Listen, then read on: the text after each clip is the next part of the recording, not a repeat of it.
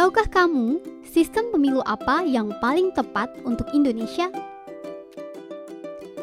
Pemirsa TVRI Maluku, acungkan tangan untuk kamu yang sudah pernah menggunakan hak pilih di pemilu legislatif.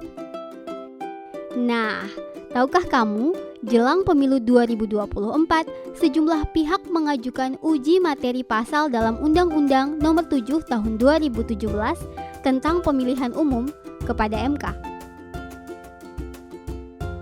Pemohon uji materi berharap sistem pemilihan legislatif diubah dari yang awalnya menggunakan proporsional terbuka menjadi proporsional tertutup. Eits, sabar. Jangan-jangan belum pada paham nih apa itu sistem proporsional terbuka dan apa itu sistem proporsional tertutup. Apa bedanya? Sini, Mimin kasih tahu. Sebelumnya, pemirsa harus tahu dulu nih bahwa saat ini sistem yang kita pakai adalah sistem proporsional, yakni sistem di mana satu daerah pemilihan menentukan beberapa wakil. Dalam sistem proporsional, ada kemungkinan penggabungan partai atau koalisi untuk memperoleh kursi. Sistem proporsional disebut juga sistem perwakilan berimbang atau multi-member constituency.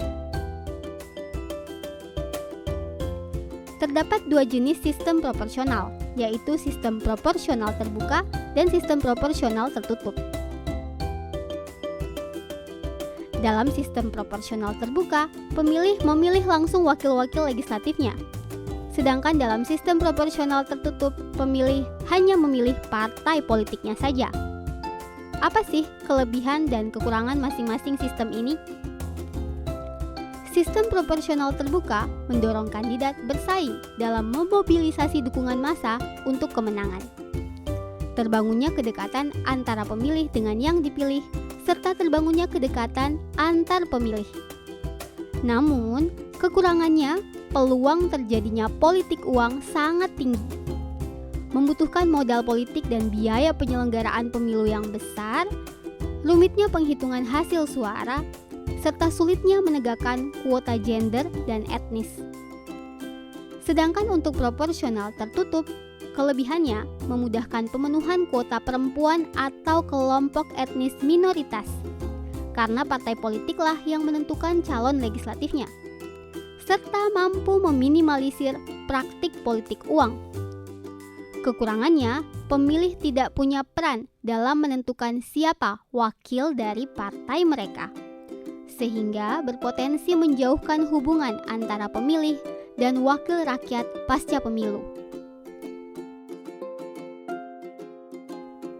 Di tengah polemik ini muncul pula opsi ketiga, sistem pemilu distrik, yang mengutamakan pencalonan satu calon untuk setiap satu distrik pemilihan.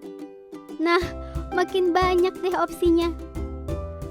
Berdasarkan pengalaman pelaksanaan beberapa sistem pemilu di beberapa negara, dalam praktiknya, setiap sistem selalu menimbulkan efek kekurangan dan kelebihan, serta residu ketidakpuasan.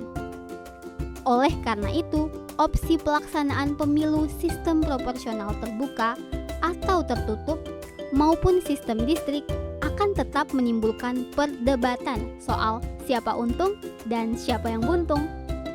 Nah, kalau menurut pemirsa TVRI Maluku, mana nih sistem pemilu yang tepat digunakan di Indonesia?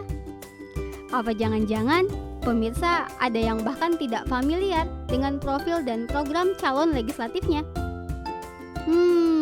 Jangan sampai begitu ya. Polemik sistem pemilu boleh bergulir, tapi ingat, sebagai pemilik suara, kita tetap harus memilih dengan tepat dan cermat. Yuk, terus cari tahu ya.